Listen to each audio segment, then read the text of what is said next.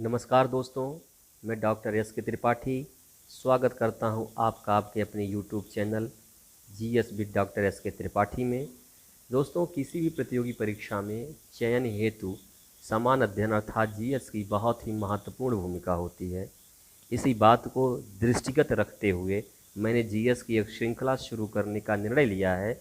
उसी क्रम में प्राचीन भारतीय इतिहास के एक बहुत ही महत्वपूर्ण भाग 6ठी शताब्दी ईसा पूर्व के षोडश महाजनपद अर्थात 16 महाजनपदों से संबंधित यह एक महत्वपूर्ण वीडियो है। मैंने देखा है कि प्रतियोगी परीक्षाओं में 16 महाजनपदों से अनवरत प्रश्न आते रहे हैं, तो आशा करता हूं कि यह वीडियो आप लोगों के लिए उपयोगी एवं हितकारी होगा। यदि आपको यह वीडियो पसंद आता है तो मेरे चैनल को लाइक और सब्सक्राइब करना ना भूलें। वैदिक काल में आर्य विभिन्न जनों में विभक्त थे। कालांतर में आगे चल के जनों के क्षेत्रों में विस्तार हुआ, कई जन आपस में मिल गए। इनके विलय के परिणाम स्वरूप जनपदों का निर्माण हुआ और 6ठी शताब्दी ईसा पूर्व तक आते आते कई जनपद आपस में मिलकर महाजनपद का निर्माण करते हैं। बौद्ध ग्रंथ अंगुत्तर निकाय तथा भगवती सूत्र, जो कि एक जैन ग्रंथ है, में 6ठी शताब्दी ईसा पूर्व में भारत के 16 महाजनपदों का उल्लेख मिलता है। इन 16 महाजनपदों में 10 महाजनपद गंगा घाटी तथा 6 गंगा घाटी के बाहर स्थित थे।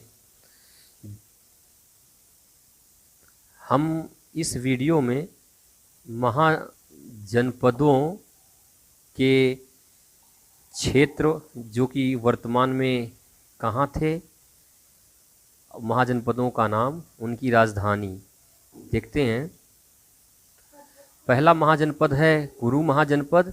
इसकी राजधानी इंद्रप्रस्थ थी तथा वर्तमान में मेरठ, दिल्ली और थानेश्वर के क्षेत्र को मिलाकर उस समय कुरु महाजनपद का निर्माण होता है। पांचाल महाजनपद, इसकी राजधानी अहिछत्र तथा काम्पिल्य थी। वर्तमान में बरेली, बदायूं तथा फर्रुखाबाद का क्षेत्र तत्कालीन पांचाल महाजनपद का निर्माण करता था। सूरसेन मथुरा के आसपास का क्षेत्र था और इसकी राजधानी मथुरा थी।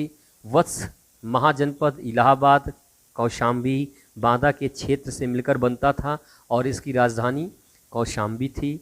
कौशल महाजनपद के अंतर्गत अवध का क्षेत्र, जो वर्तमान का है फैज़ाबाद मंडल, वो 6ठी शताब्दी ईसा पूर्व में कौशल महाजनपद का निर्माण करता था और इसकी राजधानी साकेत तथा श्रावस्ती थी। मल्ल, यह एक गणतंत्र था। देवरिया जिला, वर्तमान में जो देवरिया जिला है, उसका क्षेत्र 6ठी शताब्दी ईसा पूर्व में मल्ल महाजनपद का क्षेत्र हुआ करता था और इसकी राजधानी कुशीनगर एवं पावा थी। काशी महाजनपद की राजधानी वाराणसी थी और वर्तमान बनारस या वाराणसी का क्षेत्र 6ठी शताब्दी ईसा पूर्व के काशी महाजनपद का क्षेत्र था। अंग महाजनपद बिहार में वर्तमान भागलपुर तथा मुंगेर का क्षेत्र था और इसकी राजधानी चंपा थी। मगध का क्षेत्र भी दक्षिणी बिहार, पटना व गया जिले का क्षेत्र तत्कालीन मगध महाजनपद का निर्माण करते थे। गिरिब्रज अथवा राजगिरी इसकी राजधानी थी। वज्र संघ, ये जो महाजनपद था, यहाँ पर भी गणतंत्रात्मक व्यवस्था थी। वर्तमान का मुजफ्फरपुर तथा दरभंगा बिहार में अवस्थित क्षेत्र हैं, जो वर्तमान में हैं। 6ठी शताब्दी ईसा पूर्व में ये वज्र महाजनपद का निर्माण करते थे तथा इसकी राजधानी वैशाली मुख्य रूप से उल्लेख मिलता है। मिथिला कहीं कहीं और जनकपुरी का भी उल्लेख मिलता है, लेकिन मुख्यतः जो प्रतियोगी परीक्षाओं में पूछे जाते हैं तो उसकी राजधानी वज्र की वैशाली इसकी राजधानी थी। ये वैशाली को देख लीजिएगा आप सब। 11वां महाजनपद है चेदी महाजनपद। वर्तमान बुंदेलखंड का क्षेत्र चेदी महाजनपद का निर्माण करता था तथा सोतिवदी या शुक्तिमती इसकी राजधानी थी। 12वां महाजनपद मत्स्य महाजनपद।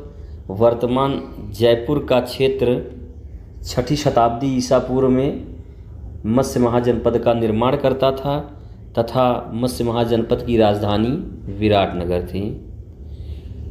13वां महाजनपद अस्मक महाजनपद के नाम से जाना जाता है।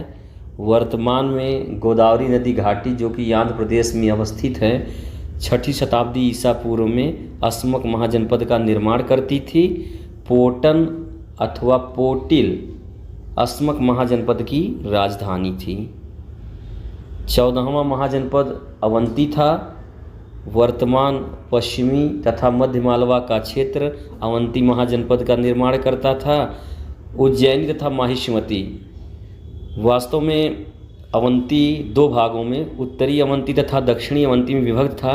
उत्तरी अवंती की राजधानी उज्जैनी तथा दक्षिणी अवंती की राजधानी माहिष्मती थी। 15वां महाजनपद गांधार, वर्तमान पाकिस्तान के पेशावर तथा रावलपिंडी के क्षेत्र मिल करके गांधार महाजनपद का निर्माण करते थे एवं तक्षशिला गांधार महाजनपद की राजधानी थी। 16वां महाजनपद जो था उसका नाम कंबोज था और वर्तमान दक्षिणी पश्चिमी कश्मीर तथा राजौरी और हजारा के क्षेत्र मिल करके 6ठी शताब्दी ईसा पूर्व में कंबोज महाजनपद का निर्माण करते थे। राजपुर अथवा हाटक कंबोज महाजनपद की राजधानी थी। महाजनपदों से पूछे जाने वाले प्रश्नों की प्रकृति कुछ इस तरह से होती है। एक प्रश्न पूछता है कि महाजनपदों में ऐसे कितने महाजनपद थे जिनमें राजतंत्रात्मक शासन व्यवस्था थी। तो 14 महाजनपद ऐसे थे जिनमें राजतंत्रात्मक शासन व्यवस्था थी। एक दूसरा प्रश्न पूछ सकता है कि ऐसे कितने महाजनपद थे जिनमें राजतंत्रात्मक के स्थान पर गणतंत्रात्मक शासन व्यवस्था थी। तो एक तो मल्ल और दूसरा वज्जी ऐसे महाजनपद थे जहां पर गणतंत्रात्मक शासन व्यवस्था विद्यमान थी। एक अन्य बहुत ही महत्वपूर्ण प्रश्न पूछता है कि महाजनपदों में एकमात्र ऐसा कौन सा महाजनपद था जो कि दक्षिण भारत में अवस्थित था। तो इस प्रश्न का उत्तर है कि अस्मक एकमात्र ऐसा महाजनपद था जो कि दक्षिण भारत में अवस्थित था। कभी कभी ऐसे प्रश्न भी पूछ लेते हैं कि महाजनपदों में वह कौन सा महाजनपद था जो सबसे उत्तर अवस्थित था। तो सबसे उत्तर जिसकी स्थिति थी वो कंबोज महाजनपद था और ऐसा महाजनपद जो सबसे दक्षिण स्थित था तो वो था अस्मक महाजनपद और सबसे पूर्व स्थित महाजनपदों में अंग महाजनपद और सबसे पश्चिम स्थित महाजनपद अवंती महाजनपद था। तो इससे संबंधित अन्य प्रश्नों में राजधानी, वर्तमान क्षेत्र और महाजनपदों का नाम याद करना अत्यंत ही महत्वपूर्ण रहेगा। तो आप लोगों को मेरा वीडियो कैसा लगा कमेंट्स करके बताएं। अगर वीडियो अच्छा लगता है तो बेल आइकन दबाना, सब्सक्राइब करना और लाइक करना ना भूलें। मिलते हैं अगले वीडियो के साथ।